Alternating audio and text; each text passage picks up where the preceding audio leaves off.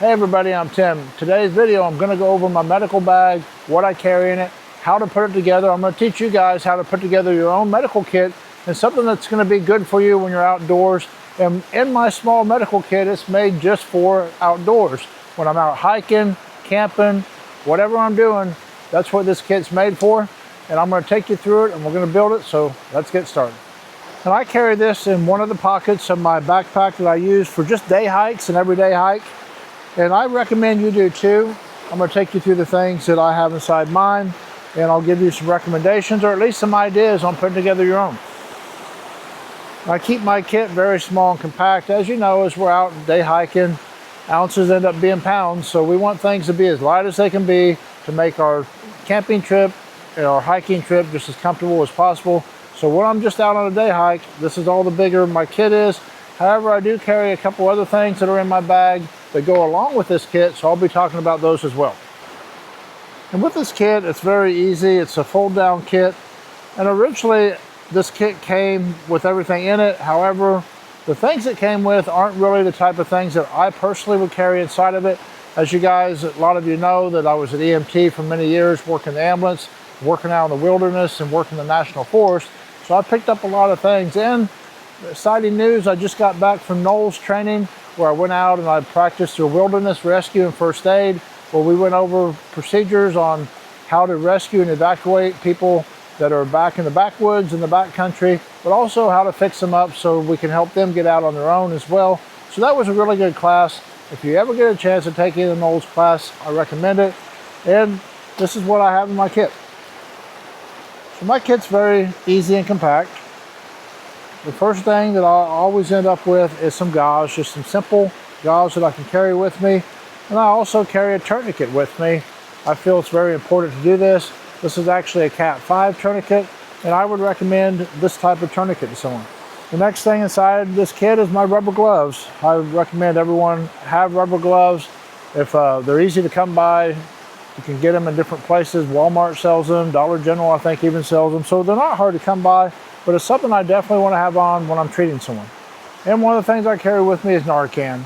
The reason I carry it, you're finding it more and more, and it doesn't have to be somebody that's a druggie or drug type person. It could also be someone that just took too much of their medication and they're having an opioid overdose, and this is do the trick towards solving it. They're going to need 2 doses of this, and these come in the 4 milligrams. You just stick them in the person's nose and inject it up their nose. Very easy to use, and it can truly be a lifesaver to someone who's either messed up their medication or they're a drug user. And the next thing I carry is glucose. And the reason for that is for diabetic emergencies. A lot of times someone will be out and they will be hypoglycemic, and when they're hypoglycemic, they're needing some sugar quick. So these little glucose tubes do the trick. Just put it in their mouth and they will kind of chew it up a little bit, and that will give them the sugar rush that they need to wake back up. But if they're hyperglycemic and they're having a diabetic emergency, then that means their blood sugar is too high. So giving this isn't a good idea. It won't actually hurt them. It won't make them worse. But at the same time, it's not going to help them. And most people that have a tendency to be hyperglycemic, they'll carry some medicine with them, which they can use. So the next thing I carry is epinephrine. These come in EpiPens. This is 2 doses of them, 2 separate pens, and they're easy to use. In my wilderness first aid training in my NOLS class, they actually certified us on these EpiPens to give them to other people, and that's a really good idea. There's a very, very small percentage of the population that would have any kind of reaction to epinephrine that would be negative for them. So these are good to carry because in the backcountry, you don't want to be with someone going into anaphylactic shock without being able to help them, and even yourself. It could be something as simple as a bee sting, and you're going to need one of these pens to get this person back on track and get them off the trail and to get checked out by medical professionals. The next thing I carry is one of these emergency blankets. These are very simple. They fold out really big but compact. I could never get one fold back, so they're not reusable normally. It's a one and done type of use. But when someone has a medical emergency, staying warm is very important for them. So these are really great. I carry these triangular bandages. I always carry 2. And these bandages are great. I encourage you guys to take a first aid class. And these triangular bandages are great for medical emergencies such as a broken bone. Again, you can make like a sling, whether you have a shoulder injury And that happens a lot out here. Back whenever I was working in the wilderness, that's what most of our incidents that included were someone that tripped and fell and landed on one of these big rocks back here. So these are a good thing to keep in your kit, and there's a lot of different uses for them. And having some way to secure bandage and all, you're going to need some tape. This is just medical tape. You can pick this up anywhere. I recommend everyone carry a roll. And I also use this other type of wrap as well, which is also adhesive. I can use it to wrap around injuries. So having these in your kit is a good idea. This is a small, compact CPR mask. I recommend everybody have one of those if you ever have to do mouth-to-mouth rescue breathing with somebody. I always want some kind of barrier there, unless you really know the person well. So one of these is a good thing to have inside there, followed by some scissors. If you have to cut clothing to expose the area that's been injured, these are a must-have. So having a pair of scissors can be a lifesaver, and you can get in there and find out what the injury is, how bad the injury is, and start treating it. And we're down to just the small stuff now. Other stuff that I keep inside the pack without going through every single item that is just useful to us hikers is I carry some burn care. This is some burn ointment in case you get burnt. A lot of times we'll be in the backcountry and we'll have our ready-to-eat meals where you have to heat up the water and then pour it in. And having this burn cream in case you burnt yourself in that process is really good. Maybe you burnt yourself on a campfire, so it's always good to be able to treat burns.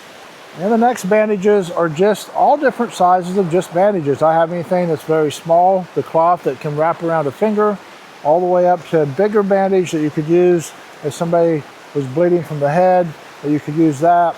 So just having a whole bunch of different sizes of bandages, and plus having some of these series strips with you too.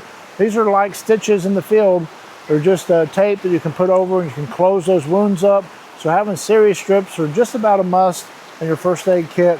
And I enjoy carrying those. I also carry some quick clot in case someone is bleeding. You just can't get the bleeding to stop by pressure. You can apply quick clot on top of that.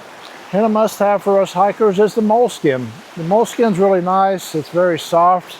And you can put this in areas that is causing blisters, because when we're out hiking, we have to worry about our feet. We have to be able to keep our feet in very good health. So having some moleskin in your pack is good. If there's a piece of clothing in your shoe that's rubbing on your foot that's causing it to blister, maybe the back of the heel, by applying this in there and giving this a layer in between, it does wonders for you, and I recommend it. And it's good to always have antiseptic towelettes so you can clean up the wound before you cover it. And these are great for that. I also have some, they're not only antiseptic, but just some alcohol swabs as well. They're good to kind of freshen up with and also clean up the area. Another thing I'll carry inside here is Benadryl tabs. Again, for just allergic reactions to different things. Having some Benadryl is a great thing. And of course, having a pair of tweezers with you. Tweezers are handy for pulling out splinters, ticks, and other things as well. So I like carrying the tweezers. And this is just a bunch of different medications. It's always good to have ibuprofen. It's always good to have aspirin. It's good to have anti-diarrhea pills, because if you get diarrhea in the backcountry, it's very miserable. You don't want that. So having just those type of things so you can also personally take care of yourself is very important. And I look at my first aid kit as something that I can use to take care of a stranger, a buddy, and myself. So having different things in here for different types of situations is a must.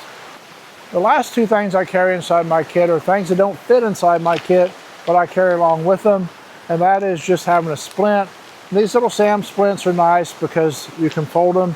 So if you had a broken arm, you could fold it in the shape of that arm to keep it secure. Same thing with an ankle and a leg. So having a splint like this is nice, and they're surprisingly, they don't weigh a lot, and they also pack up very small. So splints are good. And the other thing I carry with me is a trauma bandage. This is a pressure bandage. And what this has in it, it has some quick clot in it. It's also a pressure bandage, which means if you had a bleed and you need to apply pressure to it, you could actually use this bandage to wrap around and also apply pressure to it. So having a good pressure bandage is a must, and I recommend you have one in your pack. They're very inexpensive, but when you need one, you really need one. All right, that's everything I carry inside my backpack that I go hiking with. The other pack I'll go over in another video is what I carry inside my Jeep. And I carry this for all my overlanding trips, which this can treat a lot of different things. So in a different video, I'm going to take you through all the things that I carry with me on a daily basis inside the truck. Again, not only to treat myself, my family, but other strangers that we come across. And this is a very handy kit. You're going to want to see that. So I appreciate you today. If you got any value out of this, please like and subscribe, and I'll look forward to seeing another video.